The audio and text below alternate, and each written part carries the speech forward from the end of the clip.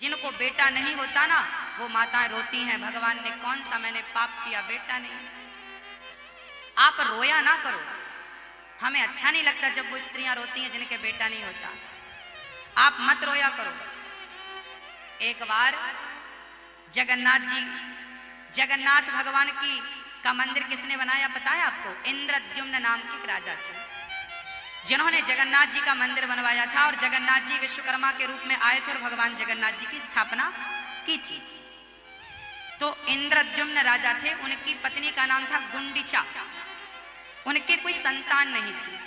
वो रोज जगन्नाथ जी के मंदिर जाते और बहुत देर तक जगन्नाथ जी की पूजा करते थे, बहुत प्यार करते थे जगन्नाथ जी से। मैया जी, एक दिन भगवान जगन्नाथ जी प्रकट हो गए, बेटा तुम क्या चाहते हो, जो मांगोगे मैं तुम्हें दूंगा। राजा ने कहा प्रभु मुझे तो कुछ नहीं चाहिए, अगर देना चाहें तो मेरी पत्नी से पूछ लीजिए। तो जगन्नाथ जी ने कहा गुंडीचा माँ बताओ आपको क्या चाहिए, तुम जो मांगोगी मैं, भगवान है भाई अब क्या नहीं दे सकते हो। गुंडीचा बोली प्रभु आपका दर्शन होता है मुझे, आपने जो ये मानव का तन दिया है ये बहुत अनमोल है, मुझे कुछ नहीं चाहिए। भगवान बोले माँ तुम मांग लो ना कुछ, तुम्हारे बेटा नहीं तुम बेटा क्यों नहीं मांग लेती। गुंडीचा रोने लगी प्रभु आज कहा तो कहा, आज के बाद कभी मत कहना कि मेरे कोई पुत्र नहीं है, कोई संतान नहीं है। प्रभु मेरे तीन संतान हैं, 2 बेटा 1 बेटी। जगन्नाथ जी ने कहा माँ असत्य क्यों बोलती हो, मैं तुम्हारी किस्मत को पढ़ रहा हूं, तुम्हारे भाग्य में कोई संतान सुख नहीं है, पर मैं तुम्हारी तकदीर बदलने आया हूं। गुंडीचा बोली प्रभु आप जो लिखा है वो पढ़ रहे हैं, पर मैं वो बात कहने जा रही हूं जो आपने लिखा ही नहीं। क्या? तब गुंडीचा ने कहा प्रभु कभी मत कहना कि आप मेरा बेटा नहीं है, मेरे 2 बेटे हैं, पहले बेटे का नाम जगन्नाथ है, दूसरे बेटे का नाम बलभद्र है, एक बिटिया है जिसका नाम सुभद्रा है, तुम तीनों मेरे ही बेटे हो। भगवान को अपना बेटा मान लिया था गुंडीचा ने, इसलिए आज भी साल में एक बार 8 दिन के लिए भगवान जगन्नाथ जी अपनी माँ के घर जाते हैं। जब रथ यात्रा निकलती है तो अपनी मौसी माँ के घर जाते हैं, गुंडीचा के घर। ये वही माँ है जिसने बेटे के रूप में पाया था। और आज भी जब पितृपक्ष आते हैं ना तो जगन्नाथ भगवान के द्वारा आज भी उन माँ बाप का पिंडदान किया जाता है। तुम्हारा बेटा कितने दिन तक पिंडदान करेगा, क्या क्या करेगा?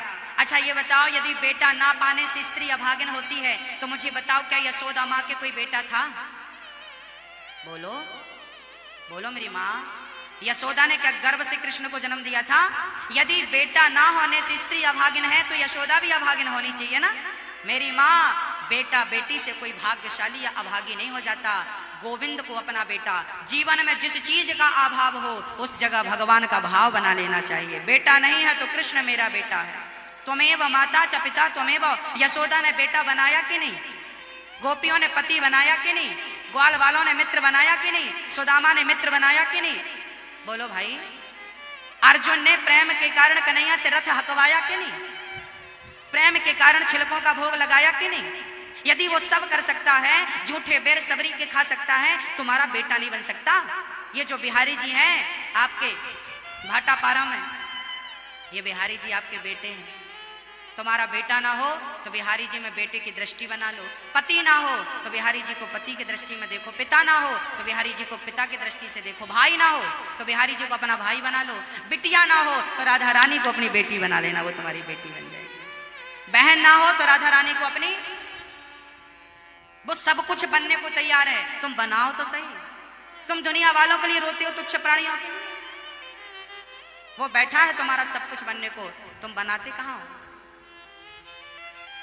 कितनों के नाम मैं जानता हूं जिनकी संतान नहीं। आप ये मत कहा करो कि तेरा बेटा नहीं तू अभागिन है, आपको पाप लगेगा, भगवान नाली का कीड़ा बनाएगा। क्यों किसी का दिल दुखाती हो आप अपने शब्दों से? क्यों किसी को घायल करते हो आप अपने वाणी से? अगले जन्म में भगवान तुम्हें नहीं देगा, तुम्हें जमाना कहेगा। हाँ, किसी को देखकर हंसा मत करो, क्योंकि यदि आपने हंस दिया ना तो ईश्वर वही स्थिति आपकी भी कर देंगे। हाँ है ना? हाँ। किसी का अपमान ना करना, किसी का अनादर ना करना, किसी का तिरस्कार ना करना, किसी का परिहास ना। समाज भरी सभा में आप किसी का अपमान कर देते हैं, अरे तुम तो ऐसे लोग, चलो गलत है। ईश्वर सब नोट कर रहा है। दिखाएगा वो, उसके घर देर हो सकती है, अंधेर नहीं। जिनके बेटा नहीं होता, बेटा क्यों नहीं होता, इसका कारण भी मैं आपको बताऊंगा। क्यों नहीं होता आपका बेटा, कारण है भाई। अगर मैंने बैंक से कर्जा ले लिया तो मेरा कर्जा यदि मैं चला गया तो बेटे को चुकाना पड़ेगा कि नहीं? नोटिस किसके पास आएगा? बोलो भाई जल्दी बोलो, समय नहीं है। बाप का कर्जा, बाप का ऋण कौन चुकाता है? पिता का ऋण पुत्र चुकाता है। पिता के सिर पर ऋण होगा तो पुत्र को चुकाना पड़ेगा, ऋण होगा ही नहीं तो चुकाना कहां से पड़ेगा? ऐसे ही जिनके सिर पर ऋण होता है उन्हीं का ऋण चुकाने के लिए बेटा बेटी आते हैं। जिनके सिर पर कोई ऋण नहीं होता, भगवान उसके घर पे बेटा बेटी भेजते नहीं। तुम ऋणी ही नहीं हो, तुम मुक्त हो। जिनके सिर पर ऋण था उनका बेटा आया चुकाने के लिए, बैंक वसूल रही है बेटे से। बस जिनके संतान हैं वो ऋणी लोग हैं। जिनके संतान नहीं है, भगवान ने उन्हें मौज करने के लिए भेजा, जाओ संसार देखते हो फिर आ जाना मेरे धाम सीधा। उनके मोक्ष में कोई बाधा? आप कहती हो महाराज जी मरेंगे तो पिंडदान कौन करेगा? अरे राम राम राम।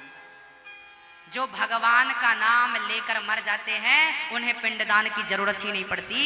वो यूं ही भगवान का नाम लेके मोक्ष प्राप्त कर लेते, उन्हें पिंडदान की जरूरत। और जो पाप करके मरते हैं उनका कराते रहो तुम पिंडदान। इसलिए कहता हूं कि इतना तो करना स्वामी, जब प्राण तन से निकले, गोविंद नाम लेकर मेरे प्राण तन से निकले।